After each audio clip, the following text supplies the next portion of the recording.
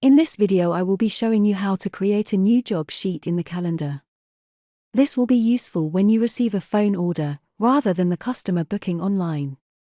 First, click on the View Calendar link. Then, click on the Create New Job Sheet button.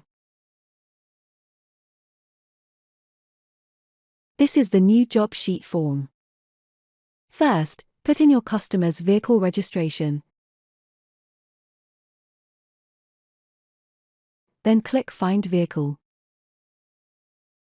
This will then bring up the vehicle information and any customer records that are associated with that vehicle. If there are no associated customers, you have two options. If you know you have records of this customer in your system, you can click Find Existing Customer. This then brings up a search box, where you can search for a customer via last name or phone number. If this is a new customer, click the Create New Customer button. This brings up a form where you can enter the customer's details. Once this is complete, you then need to enter the job sheet information. The first section is Job Template. Here you can select what job the customer needs. Job templates are helpful for frequent jobs such as services and MOTs. However, this part is optional in case it is not a standard job.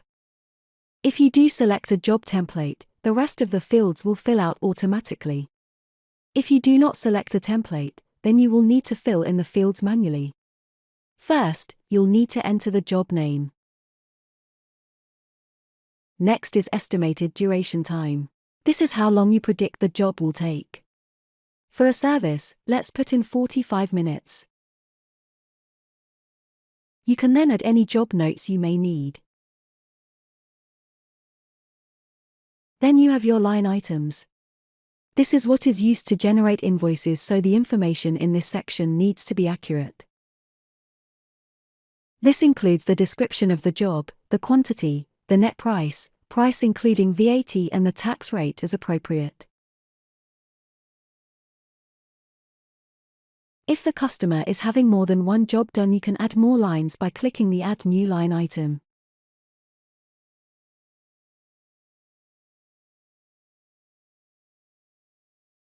Once completed, click Create Job Sheet and select Time Slot. This will then bring up the timetable where you can select the date, time of the job and which bay you're assigning it to.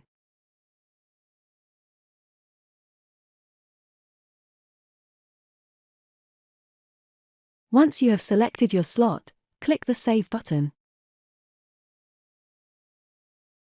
Here you can now see the job has been created.